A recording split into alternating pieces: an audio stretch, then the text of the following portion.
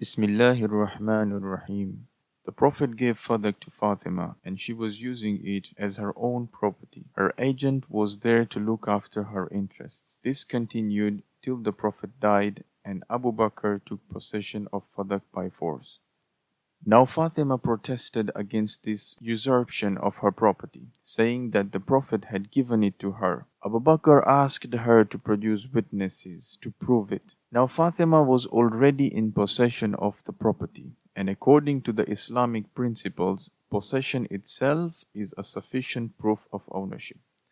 If Abu Bakr claimed that property for himself or for Muslim nation, then it was he a claimant who should have produced witnesses to support his claim. But he put the onus of proof on Fatima, disregarding Islamic law.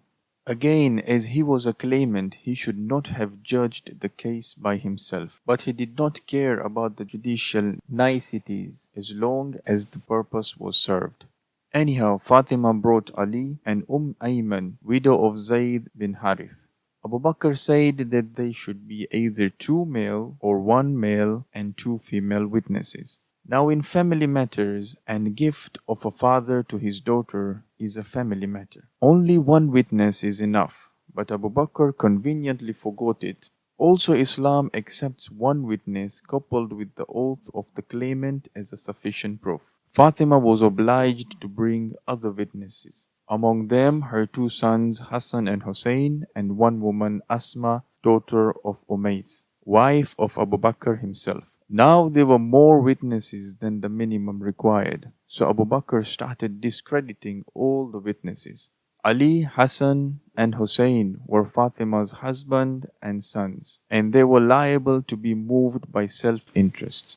Remember that Fatima, Ali, Hassan and Hussein were the only one who were selected by the Prophet to prove his truth against the Christians of Najran, who were to say Ameen to the prayer of the Prophet seeking curse of Allah against the liars. They were the only people alive at the time who were purified by Allah from all sins and mistakes. And there is not a single Muslim in the world who can say that they could tell lies. But Abu Bakr rejected the evidence explicitly, saying that the evidence was motivated by self-interest. In other words, they were lying. Asma, daughter of Umays, was previously married to Ja'far, brother of Ali, and therefore she would support the claim of Banu Hashim. He forgot that she was his wife, and therefore her evidence against his views was more telling. And by the way, is it necessary that a witness should be a friend of the party for whom he is appearing? That only the evidence given by an enemy should be accepted? Ayman was a non-Arab and she could not speak Arabic fluently. Ayman was a slave girl of Abdullah, father of the Prophet.